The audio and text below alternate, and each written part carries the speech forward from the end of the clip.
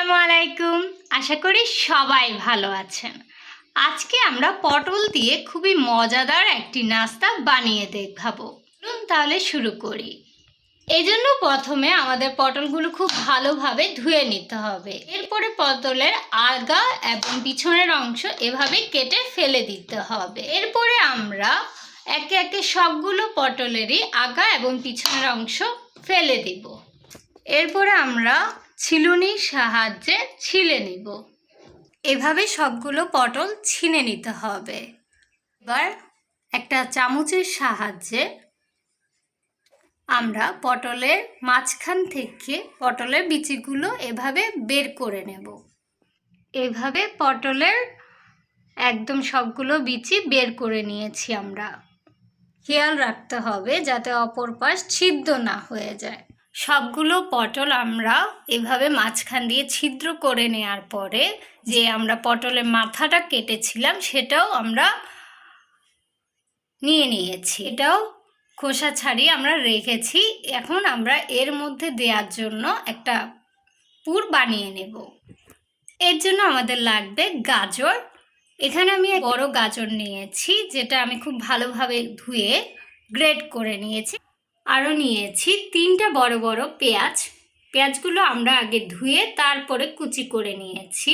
3টা ছোট ছোট কাঁচামরিচ কুচি করে নিয়েছি। ঝালটা আপনার স্বাদের উপর নির্ভর করে, আপনারা চাইলে কম বেশি করতে পারে। আর নিয়েছি কিছু চিংড়ি মাছ ছোট ছোট টুকরো করে। আমি চিংড়িগুলো খুব ভালোভাবে ধুয়ে নিয়েছি। এরপরে এরকম ছোট ছোট টুকরো করে নিয়েছি। এবার একটা পাত্রে 3-4 টেবিল চামচ পরিমাণ তেল দিয়ে তা গরম হওয়া পর্যন্ত অপেক্ষা করব। এবার এর মধ্যে আগে থেকে পেঁয়াজগুলো কুচি করে রাখা সেগুলো দিয়ে দিই। 1 চা চামচ পরিমাণ রসুন বাটা, 1/4 চা চামচ পরিমাণ আদা বাটা দিয়ে ভালোভাবে কষিয়ে নেব। 1 চা চামচ পরিমাণ লবণ দিয়ে দিচ্ছি। এবার এর মধ্যে 1/2 চা চামচ পরিমাণ হলুদের গুঁড়ো, 1/2 চা চামচ পরিমাণ জিরা ধনিয়ার গুঁড়ো, 1/2 চা চামচ পরিমাণ লাল মরিচের গুঁড়ো দিয়ে ঢাকনা দিয়ে আমরা পানি শুকানো পর্যন্ত অপেক্ষা করব। এই পর্যায়ে চুলার আঁচ একদম লো মিডিয়ামে থাকবে। তেল উপরে উঠে এসেছে, আমাদের পুর একদম তৈরি হয়ে গিয়েছে। এবার আমরা পুরগুলো নামিয়ে নেব। এভাবে আমরা পুরগুলো পটলের মধ্যে ভরে নেব। এভাবে সবগুলো পটলের মধ্যে আমরা কিমা বা পুরি ভরে নিয়েছি। এবার কোডিংয়ের জন্য আমি এখানে 200 গ্রাম পরিমাণ বেসন নিয়ে নিয়েছি। এবার এর মধ্যে 1 চা চামচ পরিমাণ লবণ দিয়ে দিচ্ছি। এবার অল্প অল্প করে পানি দিয়ে আমরা লেহিটা তৈরি করে নেব। এর থেকে বেশি পাতলা হলে ভালোভাবে কোডিং হবে না।